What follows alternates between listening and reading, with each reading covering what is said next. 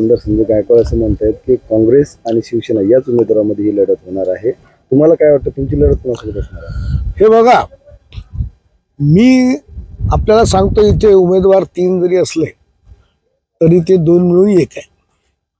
एकाच एक लढत इथे होईल आणि भारतीय जनता पक्ष, राष्ट्रवादी, रिपब्लिकन पार्टी या युतीचा जो उमेदवार आहे तो उमेदवार निश्चितपणे इथे कमळाच्या चिन्हावरती नगराध्यक्षपदाचा उमेदवार विजयी होईल। कारण बुलढाणेकरांना भयमुक्त, भ्रष्टाचारमुक्त आणि नशामुक्त शहराच्या निर्मितीची आज नितांत गरज आहे। बुलढाणा शहरातील जनतेने सगळं अनुभवलं आहे, शहर पाहिलेलं आहे।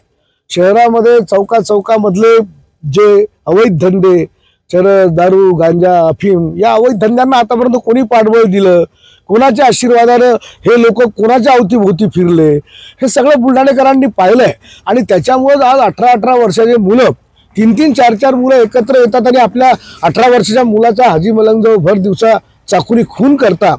हे नशा पाणी करणे, अवैध धंदे करण्याचे जे साधन आहे हे सहज लोकांना चौकात टपऱ्यावर उपलब्ध झाल्यामुळे या ठिकाणी अशा प्रकारच्या शहराची ही कायदा व सुव्यवस्था बिघडलेली आहे।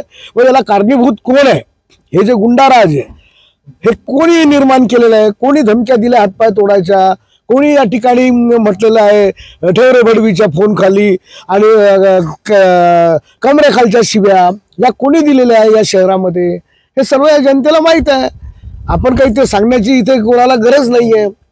आणि आम्हाला या ठिकाणी खऱ्या अर्थानं या शहरामध्ये जे काही कामं चालू असतील त्याच्यापेक्षाही आणखी वेगवान पद्धतीने व शहराची गरज जी आहे त्याची गरज पूर्ण करण्याच्या पद्धतीने आम्हाला खऱ्या अर्थानं विकासाचा अजेंडा राबवायचा आहे।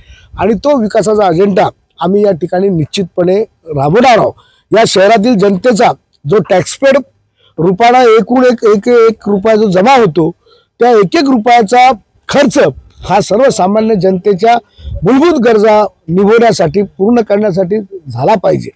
आणि म्हणून या ठिकाणी मला आवर्जून सांगावं असं वाटते की सत्तेची भूक एखाद्या व्यक्तीला किती असावी? ही सत्ता काही कोणाच्या वैयक्तिक स्वार्थासाठी नाही आहे। ही सत्ता, अटल बिहारी वाजपेयींनी सांगितलं होतं कि सत्ता हमें भी चाहिए, लेकिन सत्ता ये सेवा का साधन है और ये सेवा करने के लिए चाहिए। मी आमदार, बायको नगराध्यक्ष, पोरगा नगरसेवक, पुतण्या नगरसेवक, समधी व्याई नगरसेवक, जावाई जिल्हा परिषद सदस्य, एका घरामध्ये सत्तेची एवढी भूक असते का?